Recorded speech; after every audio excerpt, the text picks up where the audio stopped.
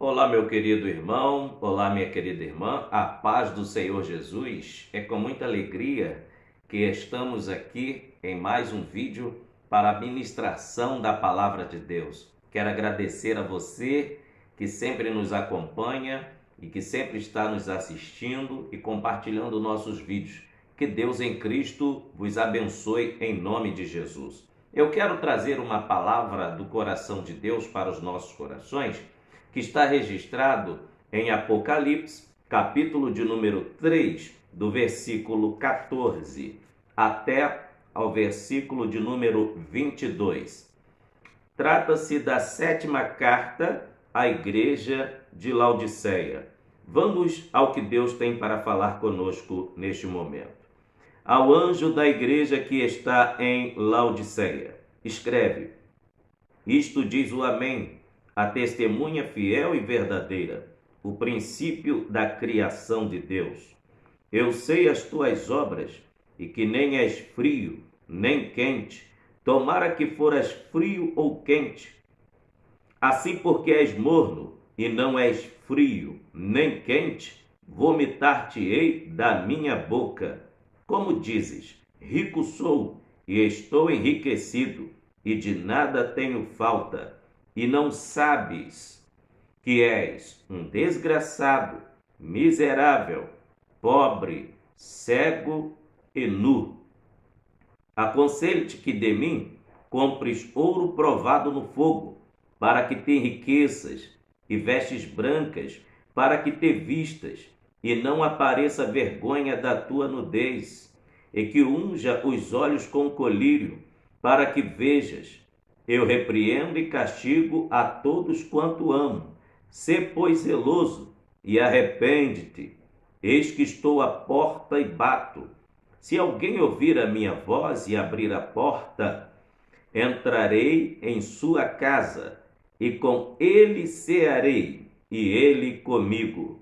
Ao que vencer, lhe concederei que se assente comigo no meu trono, assim como eu venci e me assentei com meu Pai no seu trono.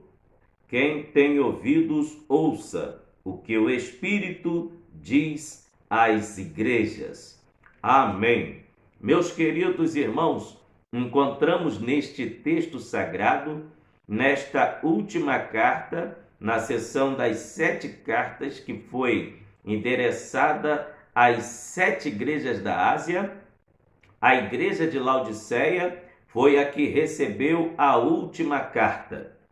Lendo a introdução desta carta, cujo autor é o Senhor Jesus Cristo, ele se apresenta ao pastor da igreja de Laodiceia. Preste atenção, a igreja de Laodiceia foi escolhida para receber, por último, a carta. E quando a igreja recebe a carta que foi endereçada a ela, cujo autor da carta, conforme eu lhes falei, é o Senhor Jesus Cristo, ele se apresenta para o anjo da igreja. Olha como diz: e ao anjo da igreja que está em Laodiceia, escreve: isto diz o Amém, a testemunha fiel e verdadeira, o princípio da criação de Deus.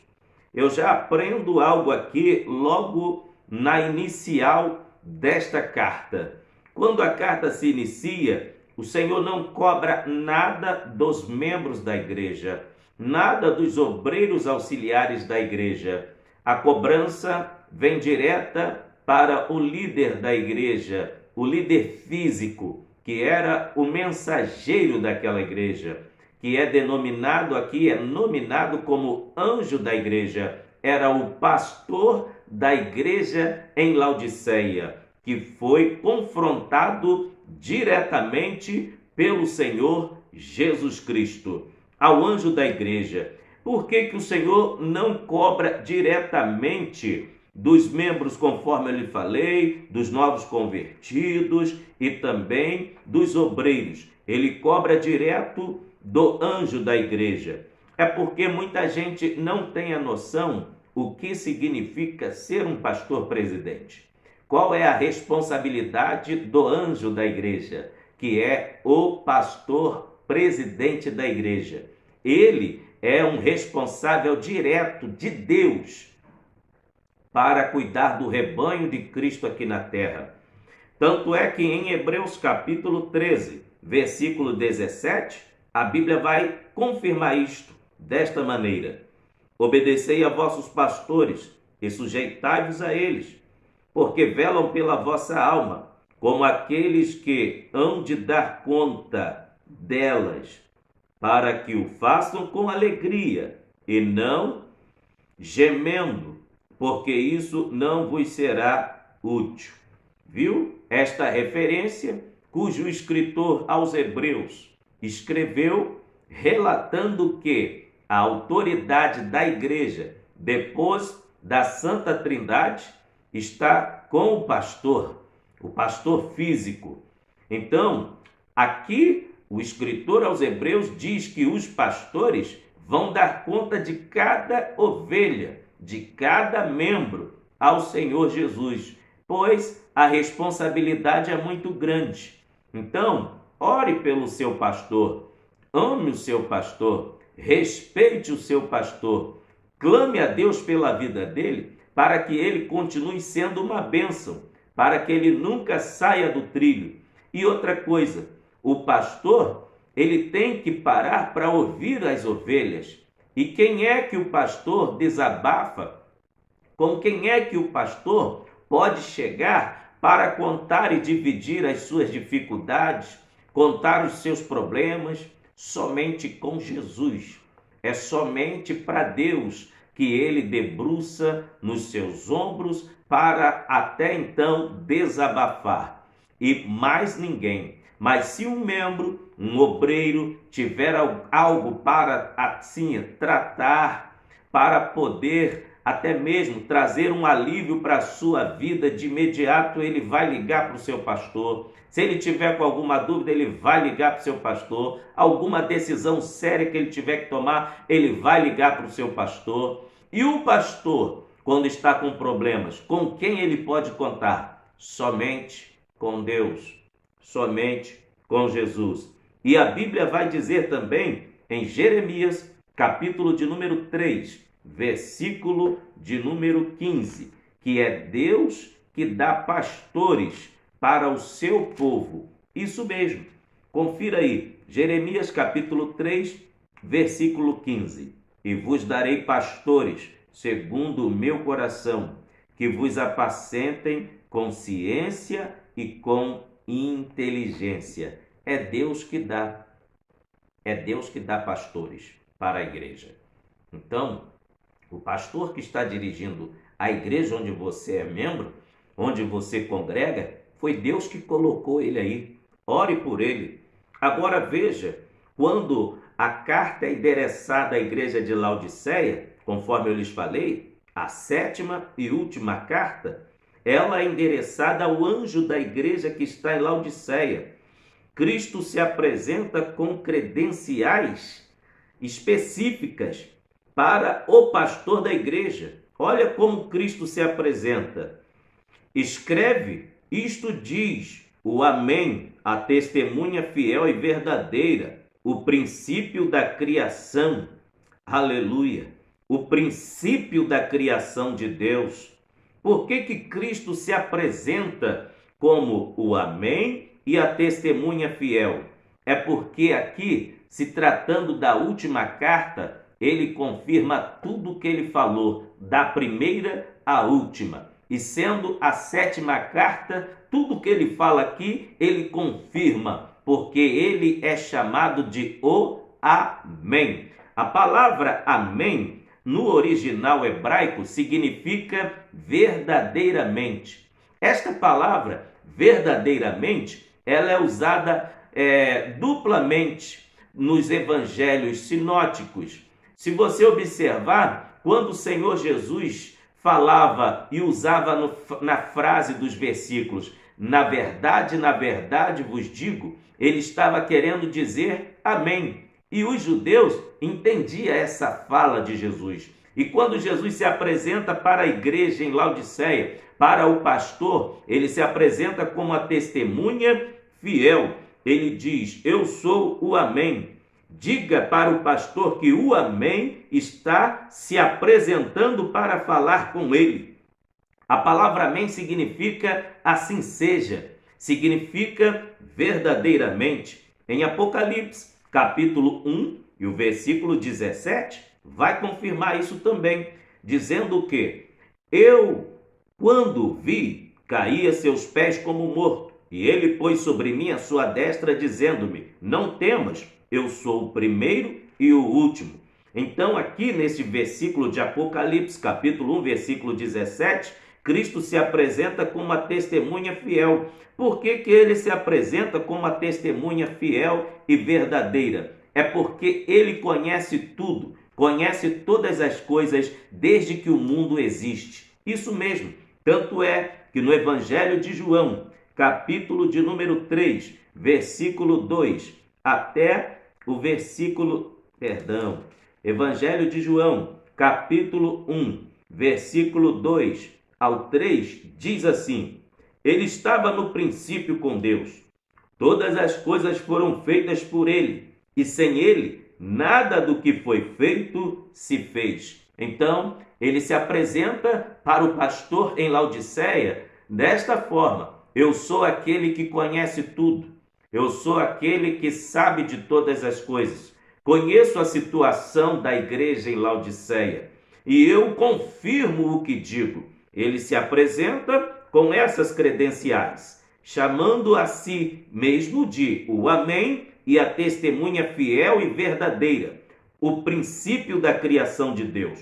Por que ele se denomina a testemunha fiel e verdadeira? Porque nenhuma de suas palavras cai por terra. Tudo que ele fala nesta carta estava acontecendo, porque os seus olhos são como chamas de fogo. Então, por isso que ele é a testemunha fiel e verdadeira. Nele nunca houve mentira. Ele é a verdade. Tanto é que o Senhor Jesus declara no Evangelho de João: eu sou o caminho, a verdade e a vida. Glória a Deus, glória a Deus. Ele é o princípio da criação. Olha que coisa interessante. Por que Cristo se apresenta com essas credenciais para o pastor da igreja de Laodiceia? É porque a igreja só tinha título de igreja. Os cristãos de Laodiceia só tinha título de cristão, só tinha nome de cristão, mas a vida, as atitudes, não condiziam com o nome que eles carregavam. Cristo, então, se apresenta como uma testemunha fiel e verdadeira. E ele continua na sua carta para a igreja Laodiceia, falando com o pastor da igreja. Por que ele fala com o pastor da igreja? Preste atenção. Existe uma fórmula que é dita pela maioria dos cristãos e é verdade. A igreja é o que o pastor dela é. Se o pastor é frio, a igreja é fria. Se o pastor é quente, a igreja é quente. Se o pastor é morno, a igreja é morna. Se o pastor é carnudo, a igreja também é carnuda. E esta igreja aqui de Laodiceia apenas reflete o retrato do que era o seu pastor. Tanto é que a cobrança veio. Olha o que diz o verso 15. Eu sei as tuas obras, que nem és frio nem quente. Tomaras que fora frio ou quente. Assim, porque és morno e não és frio nem quente, vomitar-te-ei da minha boca. Olha que coisa terrível.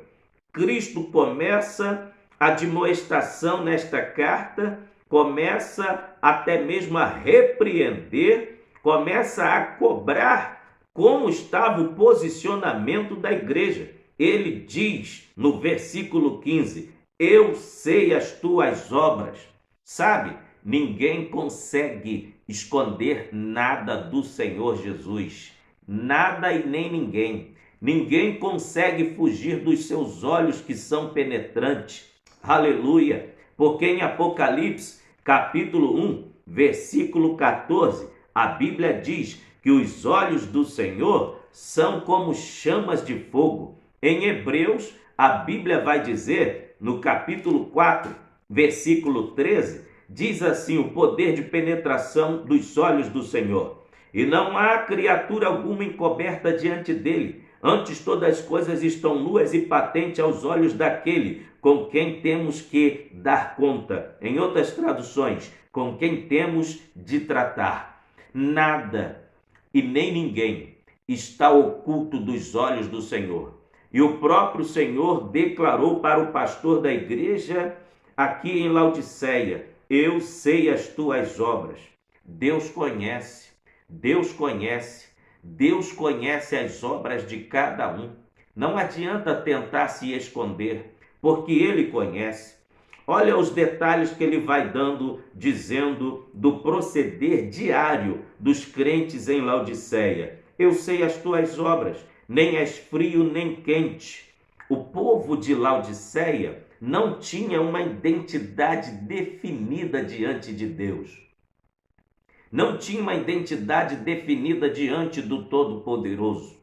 Eles não eram nem uma coisa nem outra. Apenas carregavam nome de crente.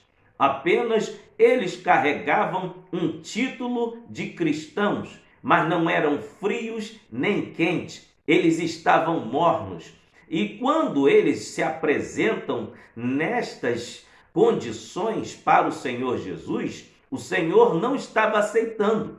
Ele fala de uma forma igual o nosso organismo rejeita quando a água está com a temperatura inadequada para ser ingerida. Jesus diz: estou a ponto de vomitar-te. Sabe por quê? Ninguém suporta beber água morna. Ou você bebe ela gelada ou fria. Agora, tudo que é morno te causa náusea, te causa vômito.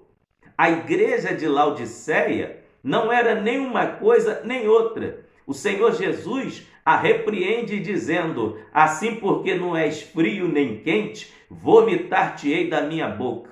Agora tem um detalhe na revelação bíblica aqui neste momento. Se a igreja de Laodiceia entendesse que ela estava fria, sabe o que ela tinha que fazer? Se ela tivesse se interessando para os padrões espirituais que agradasse a Deus, ela ia buscar a presença do Senhor.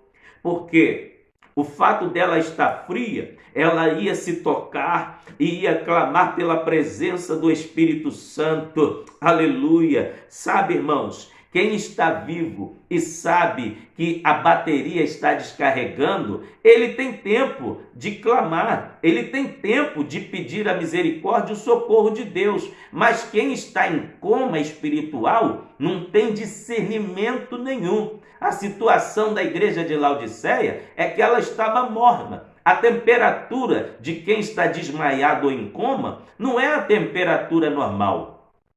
Sempre é uma temperatura amena, é uma temperatura mais ou menos, porque quem está vivo e com saúde, a sua temperatura do corpo é quente, mas quem está desmaiado, a temperatura do corpo cai, porque os batimentos cardíacos desaceleram, eles diminuem. Assim estava a igreja de Laodiceia, o coração não pulsava mais pela obra de Deus, a igreja estava morna.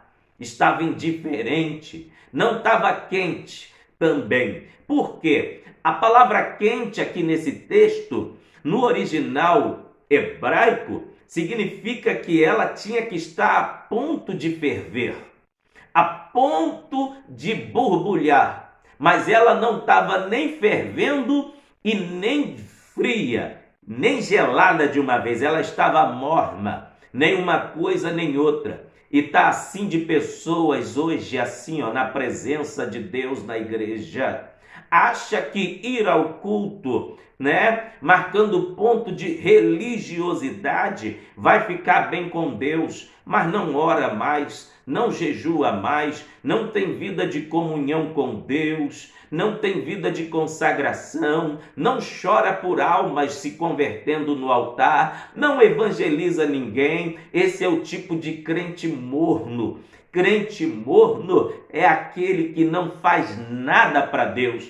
Porque se Laodiceia tivesse quente, com certeza a palavra quente se fala de temperatura normal da igreja. Por quê? Só está quente quem está vivo. Se a igreja de Laodiceia tivesse viva, tivesse com a temperatura normal, se ela tivesse quente pela chama do Espírito Santo, ela ia cumprir o que está em Atos capítulo 1, versículo 8. Sabe o que está em Atos capítulo 1, versículo 8? Mas recebereis a virtude do Espírito, que há de vir sobre vós, e ser-me-eis testemunha, tanto em Jerusalém, como na Judéia, em Samaria e até os confins da terra. Aquele que está quente, o prazer dele é falar em línguas, aleluia. Aquele que está quente, o prazer dele é pregar a palavra de Deus. Aquele que está quente está vivo, o prazer dele é glorificar o nome do Senhor. Todo crente que está quente, ele quer evangelizar. Todo crente que está quente, ele tem a presença latente do Espírito Santo dentro da sua alma. Mas o crente frio não sente nada. O crente frio, ele não faz nada. E o morno, pior ainda, ele está em coma. Em qual condição você se encontra nesta hora? Você que está me assistindo, você está frio? Você está morno? Ou você está quente? O Espírito de Deus fez você se sintonizar nesse vídeo aí agora para perguntar a você em qual situação você se encontra. Você está morno? Você está gelado? Ou você está quente? Se tiver quente, você está com desejo de fazer a obra de Deus, evangelizando, cantando, pregando. E outra coisa, todo crente que está quente pela chama do Espírito Santo, ele cumpre na íntegra o que está registrado no Evangelho de Marcos, capítulo 3, versículo 16. Ide por todo o mundo, pregai o evangelho a toda criatura. Quem crer e for batizado será salvo. Quem não crer será condenado. E estes sinais seguirão os que crerem. Olha a chama do Espírito acesa aí, ó. Estes sinais seguirão os que crerem. Em meu nome expulsarão demônios. Sabe, o diabo não tem medo de gravata bonita, de terno bonito, de vestido bonito, de saia bonita, sapato bonito, sandália bonita. O diabo tem medo é da unção do Espírito de Deus. Ele foge, ele sai quando ele vê a unção do Espírito de Deus na tua vida, sabe? Jesus disse, em meu nome expulsarão demônios, em meu nome pegarão em serpente. Você tem domínio sobre as obras de Satanás se você estiver quente, estiver cheio da chama do Espírito Santo. Em meu nome falarão novas línguas. Ei, esse negócio de crente ir para a igreja, passa o culto todo, não fala uma língua estranha, tem alguma coisa errada. Eu não estou dizendo para você ser crente menino,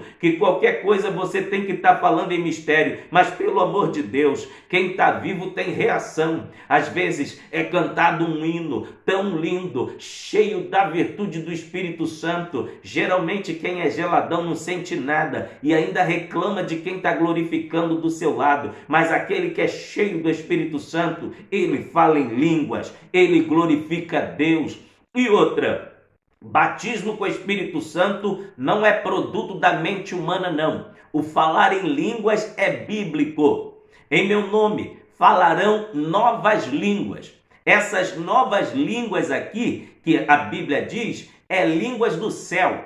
Em meu nome falarão novas línguas. Isso significa todo aquele que é aquecido pela chama do Espírito, ele fala em línguas, ele é batizado com o Espírito Santo. E aquele que ainda não foi batizado com o Espírito Santo, é só buscar, porque a glória de Deus vem sobre aquele que ora, sobre aquele que busca. Atos capítulo 2 confirma isto. Todos foram batizados porque estavam buscando o Espírito Santo, estavam clamando pela descida do Espírito Santo. É claro que a oração começou com 500 pessoas, mas 380 desistiram, mas 120 continuaram clamando, 120 acreditaram. É claro que sempre a maioria desiste, mas a minoria que fica geralmente acaba vendo e concluindo e sentindo a unção do Espírito Santo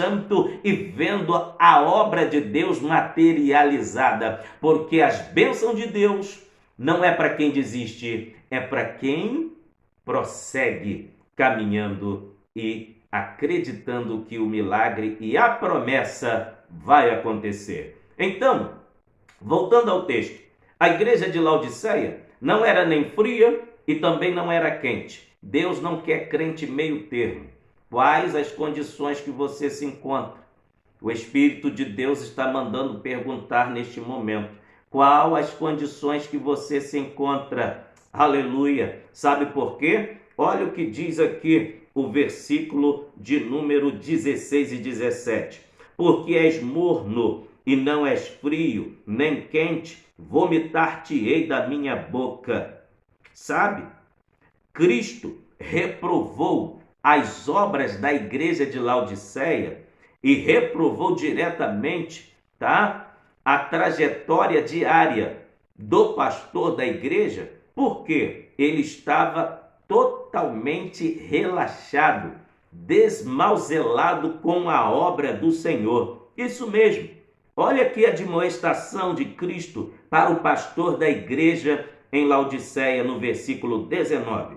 Eu repreendo e castigo a todos quanto amo. Olha a admoestação aqui, ó. Sê, pois, zeloso.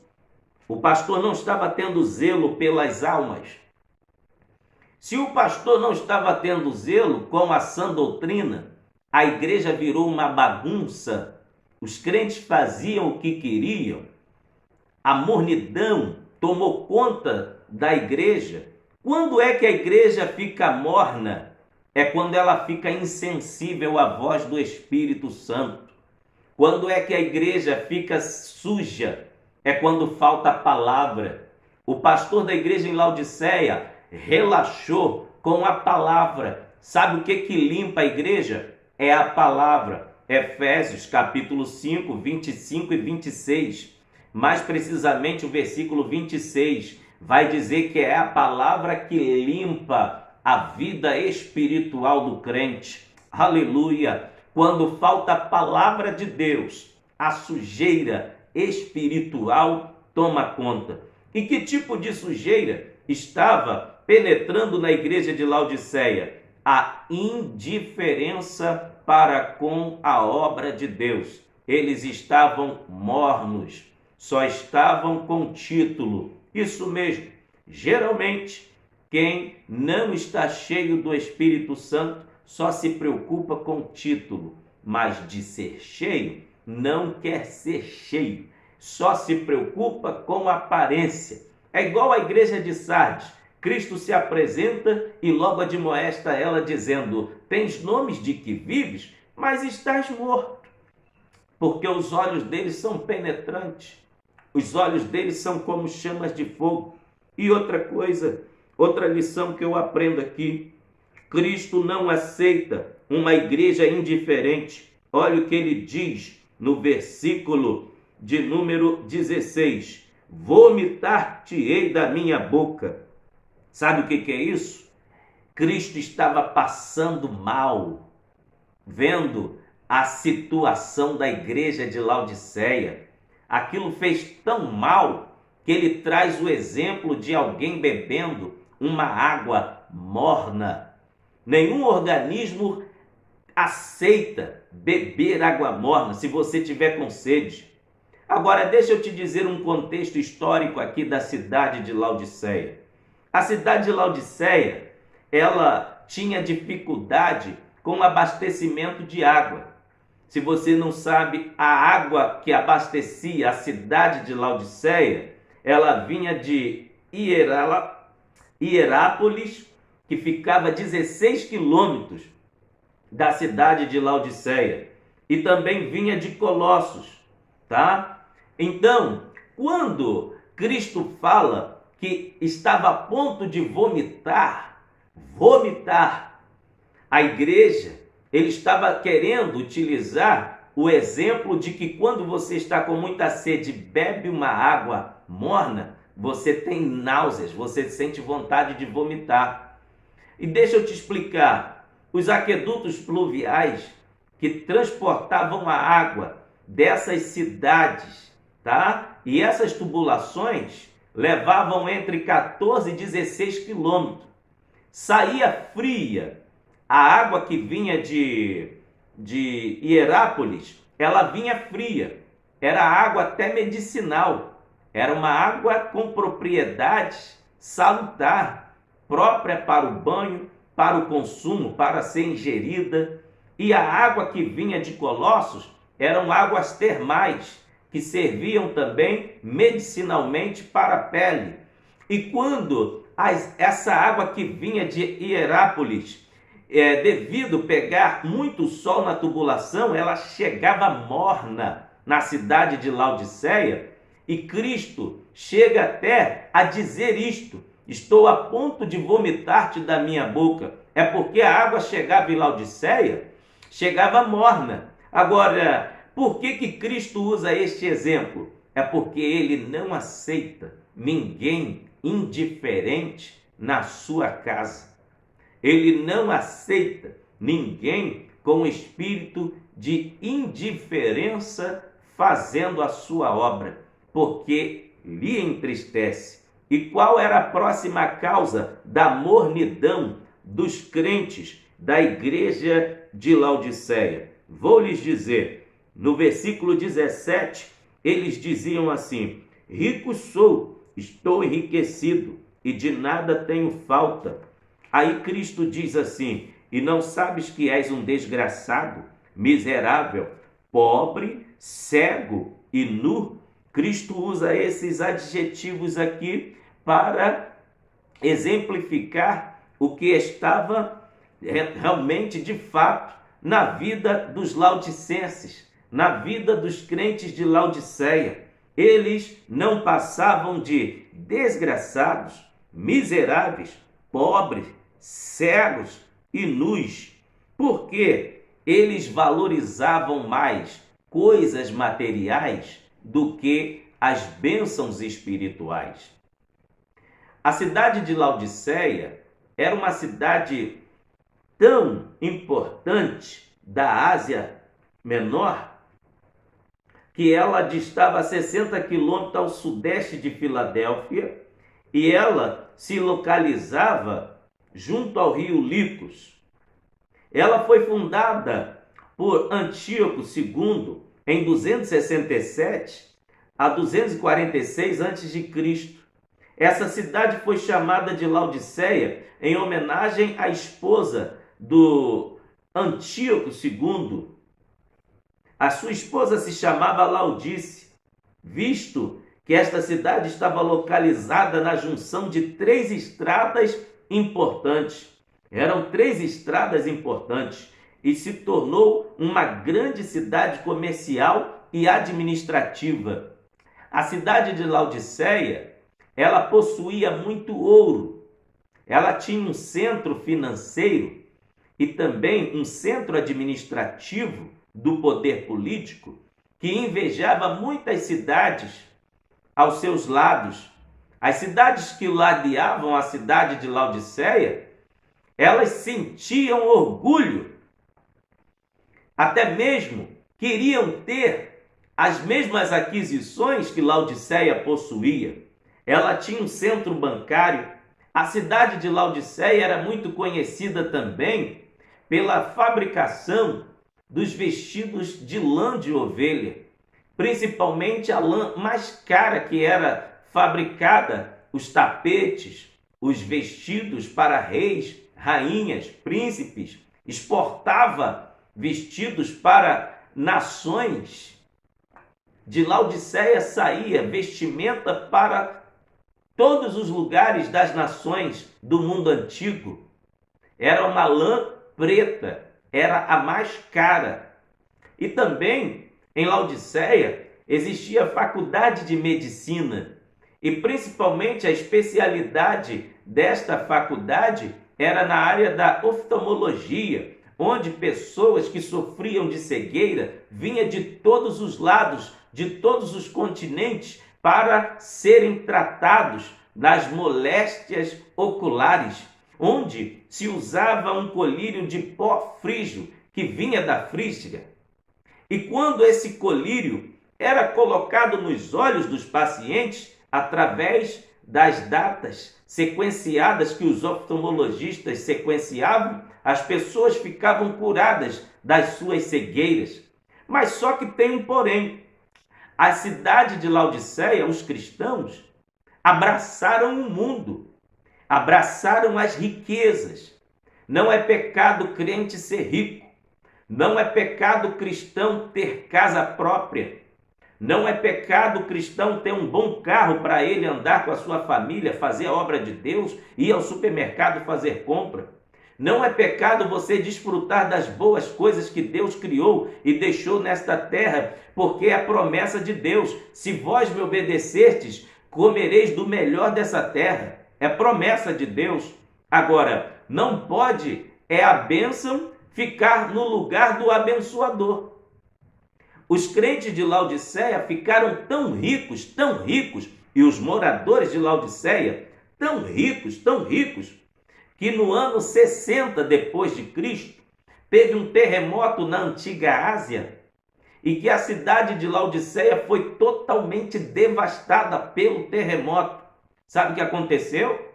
O Império Romano ofereceu recursos financeiros. O povo de Laodiceia era tão rico, que em breves tempos, em poucos meses, reergueram a cidade novamente, com recursos próprios. Rejeitaram a ajuda de Roma. Reergueram os prédios, as cidades, as ruas.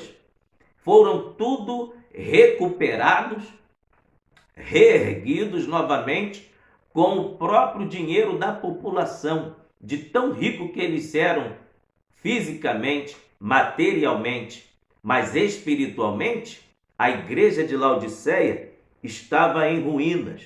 Olha só o verso 17. Como dizes, rico sou, estou enriquecido e de nada tenho falta.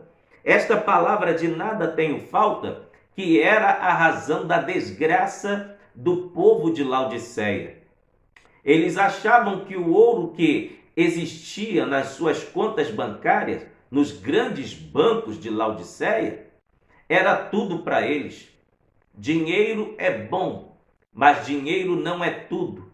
Dinheiro é bom, mas não traz felicidade.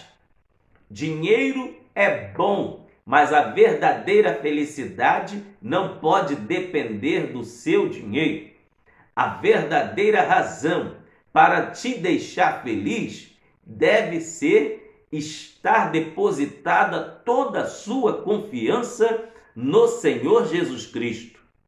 Porque se você depender de ter bens para dizer que é feliz, Paulo vai dar aqui uma grande admoestação em 1 Coríntios. Ele vai falar, olha só, 1 Coríntios capítulo 15, versículo de número 19. Se esperarmos em Cristo só nesta vida, somos os mais miseráveis de todos os homens. Por que Cristo falou que a igreja de Laodiceia era pobre, cega, nua e miserável? Por quê? Porque os deleites, o contentamento, a alegria, a satisfação dos crentes de Laodiceia estava nos bens que possuíam. e não estavam em Jesus que lhes deu aquelas bênçãos. Porque quem nos dá riqueza é Deus. Quem nos dá saúde é Deus. Quem nos dá casa própria é Deus. Tudo é Deus que dá. Eu vou confirmar para você, no livro de 1 Samuel, que tudo é Deus que faz. Tudo é Deus que dá. Olha o que a Bíblia diz. Eu confirmo para você. 1 Samuel, capítulo 2, versículos 6 ao 8. O Senhor é o que tira a vida e a dá. O Senhor faz descer a sepultura e faz tornar subir dela. Versículo 7. O Senhor empobrece e é o Senhor que enriquece. Decandaralabaxeia. O Senhor abaixa, aleluia, e também exalta. Levanta o pobre do pó e desde o esterco exalta o necessitado, para o fazer assentar entre os príncipes, para fazer herdar o trono de glória, porque do Senhor são os alicerces, aleluia, da terra, e assentou sobre eles o mundo. Então, Paulo estava mais do que certo nesta revelação bíblica quando ele diz: se esperarmos em Cristo só nesta vida, somos os mais miseráveis de todos os homens. Sabe por quê? Tem muita gente que só adora a Deus pelo que Deus pode dar. Muita gente só vai à igreja para pedir, mas não adora a Deus pelo que Ele é.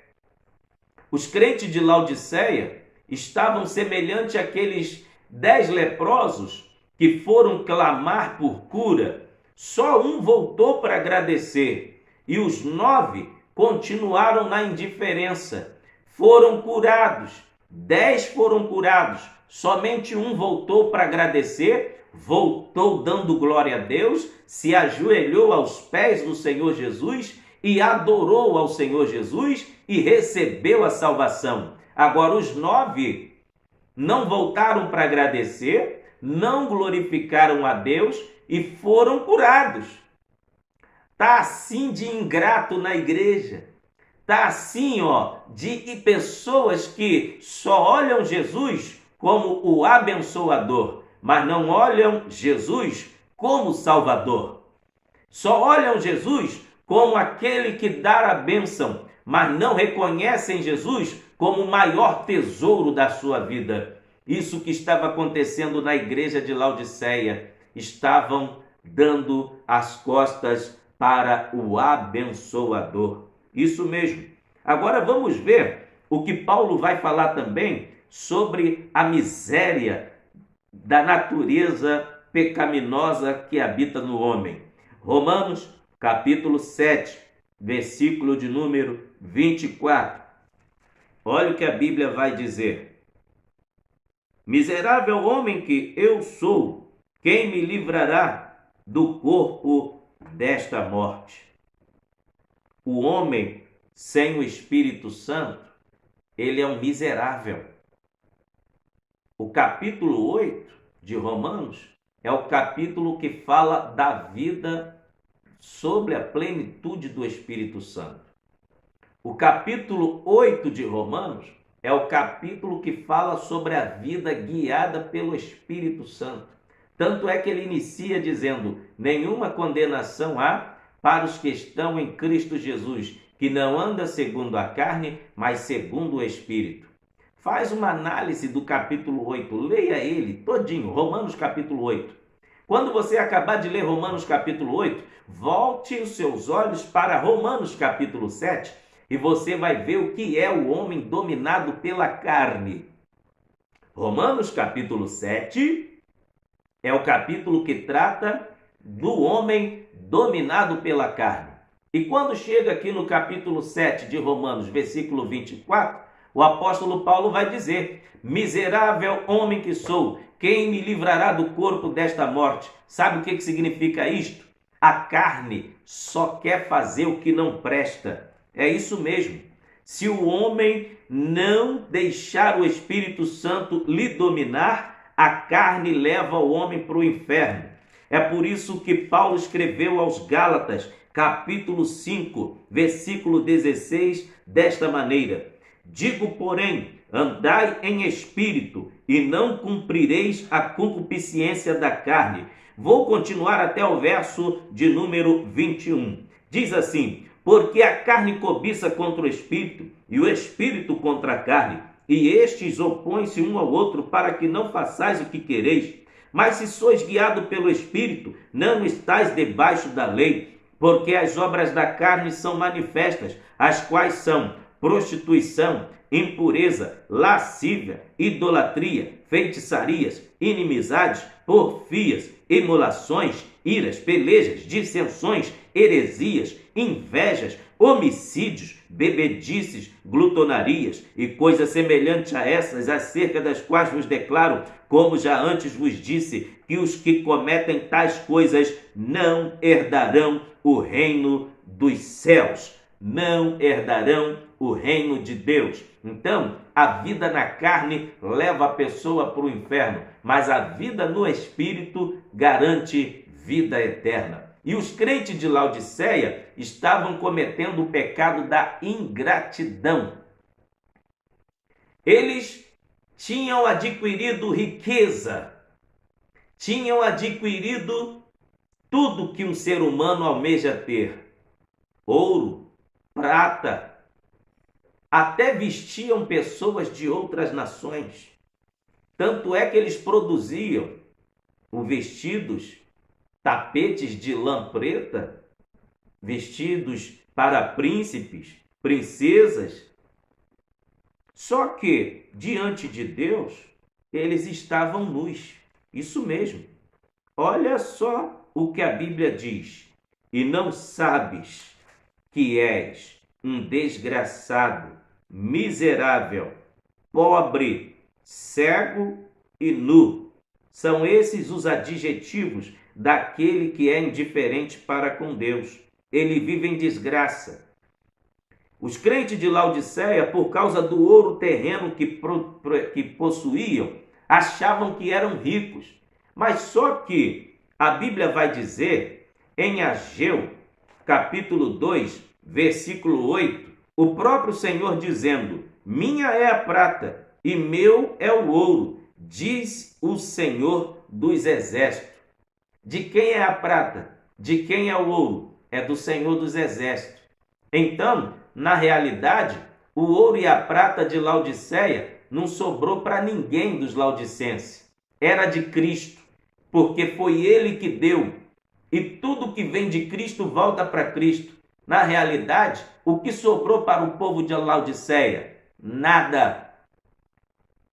Tratando-se de que espiritualmente eles eram pobres, se por um lado material eles se consideravam totalmente abastados, o orgulho tomou conta ao ponto deles dizer: não precisamos de Deus, não precisamos de mais ninguém.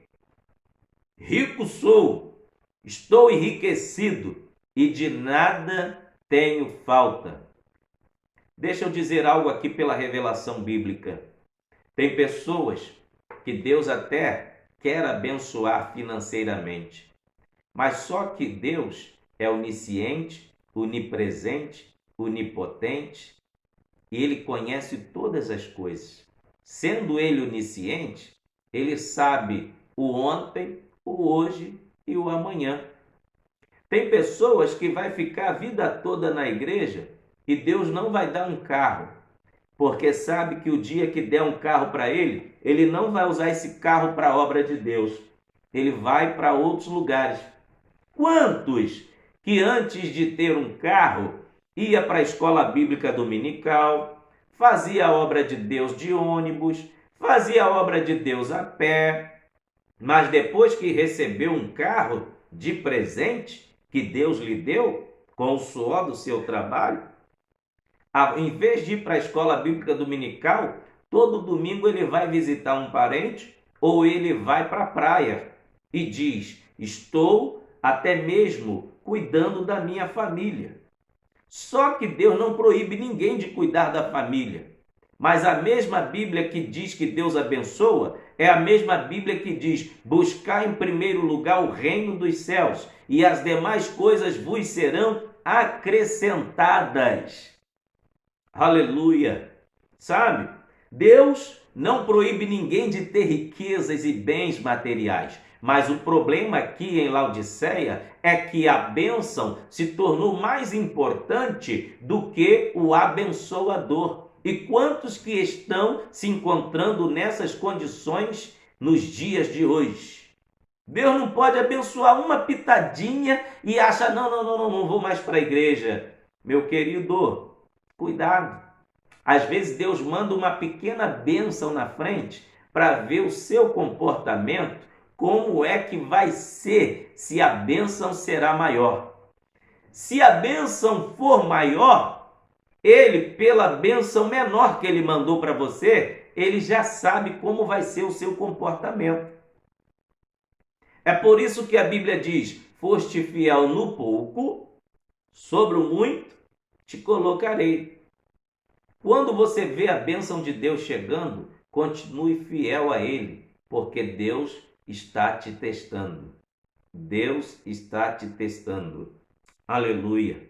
Caminhando para o final da mensagem, o Senhor Jesus diz assim no verso 18: aconselho-te que de mim compre ouros provado no fogo, para que tenha riquezas e vestes brancas, para que te vistas, e não apareça a vergonha da tua nudez, e que unja os olhos com colírio para que vejas. Outra coisa, a igreja de Laodiceia vestia, conforme eu falei, pessoas de várias nações debaixo dos céus, mas diante de Deus, espiritualmente, ela estava nua, ela estava despida, ela estava em estado de vergonha. Sabe? Que coisa terrível! Quando nós lemos a Bíblia em Gênesis capítulo 3, o casal, quando descobre que pecou diante de Deus e descobre que estava nus, o que eles fizeram? Buscaram um disfarce, tentaram se cobrir com folhas de figueira, não é verdade? Mas a igreja de Laodiceia nem disfarçar quiseram, andaram nus diante da presença de Deus. Tem gente que o pecado está tão descarado que ele nem tem mais vergonha na cara. Do jeito que ele está, ele continua, e se alguém chegar para fazer uma admoestação ou até mesmo para ajudá-lo, ele vai dizer assim: não se meta na minha vida. Ele está todo errado diante de Deus, mas não aceita a correção. A Bíblia vai nos falar no livro do profeta Ezequiel, no capítulo 16, do versículo 36 até o versículo 37. Nesse texto sagrado aqui, a Bíblia vai dizer que Deus usa Ezequiel para dizer que Jerusalém estava conforme uma prostituta. Jerusalém, a Israel de Deus, estava conforme uma meretriz. E no capítulo 16 você vai ver todas as abominações. Só que as vergonhas que Israel cometia no oculto, Deus ia fazer vir à tona. Deus iria fazer ser exposta todas as vergonhas. Confira comigo Ezequiel capítulo 16, versículo 36 e 37. Assim diz o Senhor Jeová: pois que se derramou o teu dinheiro e se descobriu a tua nudez nas tuas prostituições com os teus amantes, como também com todos os ídolos das tuas abominações, e no sangue de teus filhos que lhes destes, eis que eu ajuntarei todos os teus amantes, com os quais te misturaste, como também todos os que amaste, com todos os que aborreceste, e ajuntá-los-ei contra ti. Em redor te descobrirei a tua nudez diante deles, para que vejam toda a tua nudez. Não adianta querer esconder o que está errado durante muito tempo. Há quem diga e se atreva em dizer que o tempo apaga pecado. Tempo não apaga pecado, só piora a situação. Israel pecou e achou que ia ficar no oculto. Só que aqui no capítulo 16, versículo 36 e o versículo 37, a Bíblia diz que a vergonha de Israel seria exposta, a nudez de Israel. Por que os seres humanos usam roupa? Pelo menos os que se prezam. Porque ninguém quer andar por aí mostrando suas partes íntimas. Seria a coisa mais horrorosa, seria a coisa mais vergonhosa. Mas diante de Deus, Israel estava totalmente nu. Diante de Deus, a nação de Israel estava totalmente em estado de vergonha. Olha o que diz Hebreus capítulo 4, versículo 13. E não há criatura alguma encoberta diante dele, antes todas as coisas estão nuas e patentes aos olhos daquele com quem hão de tratar, com aqueles com quem temos de dar conta. Ou, se você preferir a tradução, com quem temos de tratar. Chegou a hora da cobrança para a igreja de Laodiceia. Não podia continuar do jeito que estava. Morna. A mornidão fala de indiferença espiritual. E o Espírito Santo está mandando dizer aqui neste momento: qual é o seu estado espiritual? Como você se encontra? Tanto é que o versículo aqui de número 22 está falando para nós: quem tem ouvidos, ouça o que o Espírito diz à igreja. O versículo 19, a Bíblia diz assim, de Apocalipse capítulo 3: eu repreendo e castigo a todos quanto amo. Cristo estava declarando amor para a igreja de Laodiceia. Tanto é que no início, no versículo de número 16, ele diz que estava a ponto de vomitar. Ele não declarou que estava vomitando. Ele chega a dizer: estou a ponto de vomitar. Mas no versículo 19 ele dá uma chance. Olha só, na última parte ele diz: arrepende-te, sê pois zeloso e arrepende-te. Sabe por quê? Um dos graves problemas da igreja de Laodiceia era o relaxamento da obra de Deus, fazendo tudo de qualquer maneira. De qualquer maneira. Mas olha o que a Bíblia vai dizer em Romanos, capítulo 12, versículo 11. Não sejais vagarosos no cuidado, sedes fervorosos no espírito, servindo ao Senhor. Essa demonstração serve para mim e para você. Como você tem feito a obra de Deus? Como eu tenho feito a obra de Deus? Fica aqui a pergunta. Você tem sido relaxado? Você tem sido desmauzelado com a obra de Deus? Ou você tem sido zeloso com a obra de Deus? Fica aqui a pergunta, o Espírito Santo está perguntando. E quem tem ouvidos, ouça o que o Espírito diz à igreja. Aleluia! Então, o Senhor Jesus, ele repreende e castiga todos quanto ama. Se por um lado o povo estava quase morto, não estava morto totalmente, estava morno, Cristo estava dando uma chance para o povo da igreja de Laodiceia. Sê, pois, zeloso e arrepende-te. A palavra arrependimento significa anamnese da alma. Anamnese é exame, é um exame que a pessoa faz, um autoexame da sua consciência. Arrependimento é mudar de atitude, mudar o curso, mudar totalmente o seu estilo de vida. Olha o que significa arrependimento. Mateus capítulo 3 vai falar sobre a pregação do evangelho que traz arrependimento. Diz assim Mateus capítulo 3, versículo de número 1 e o versículo de número 6. Naqueles dias apareceu João Batista, pregando no deserto da Judéia e dizendo: arrependei-vos, porque é chegado o reino dos céus. Cristo faz essa admoestação para a igreja de Laodiceia: arrepende-te, porque para ir para o céu, só com arrependimento. O que é arrependimento? Tristeza pelo pecado. O que é arrependimento?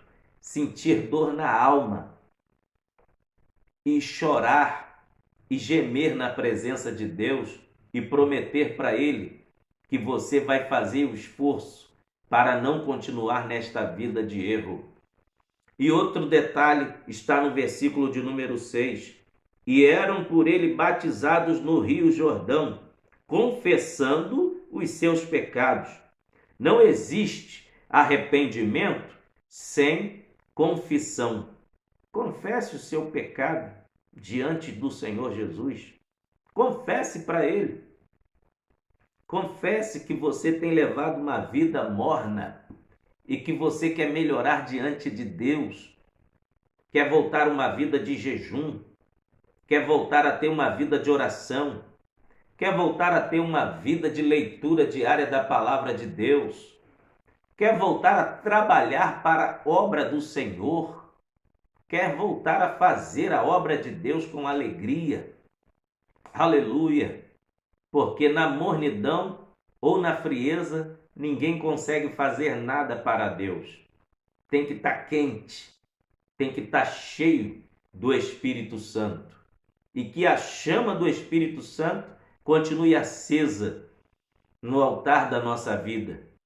Para que se cumpra o que está em Levíticos capítulo 6, versículo 13. O fogo arderá continuamente sobre o altar e não se apagará.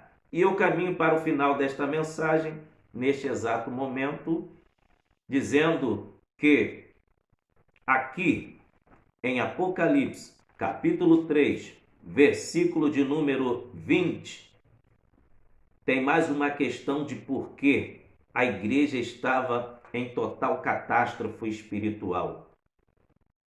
Observe comigo o versículo 20. Eis que estou à porta e bato. Se alguém ouvir a minha voz e abrir a porta, entrarei em sua casa e com ele cearei e ele comigo. Aleluia!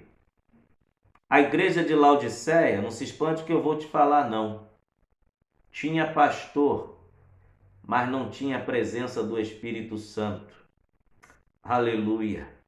A igreja de Laodiceia tinha doutores, tinha teólogos, mas não tinha a presença do Espírito Santo. Não tinha a presença de Jesus. A igreja de Laodiceia tinha membros, mas não tinha a presença de Jesus. A igreja de Laodiceia era bonita, provavelmente porque o povo era rico. E para a membresia rica, não ia fazer um templo comum. Com certeza deveria ser um templo suntuoso.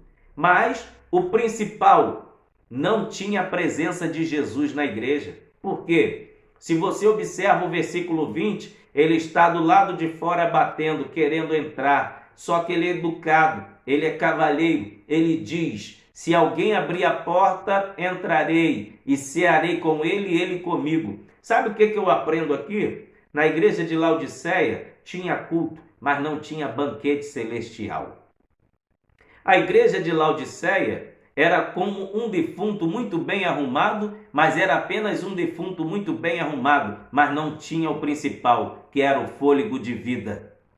Porque a igreja que não tem Jesus pode ter o melhor som, pode ter o melhor ar-condicionado, pode ser toda de blindex, pode ser a igreja mais linda, pode ser a igreja mais suntuosa, a construção de arquitetura que faz até as pessoas ficarem admirando, mas se não tiver o principal, que é a presença de Jesus, não tem banquete. E o que é o banquete num culto? É a presença de Jesus. E o que é a presença de Jesus no culto? Ela é marcada pela curas de enfermidades. A presença de Jesus é marcada no culto por línguas, batismo com o Espírito Santo. Aleluia!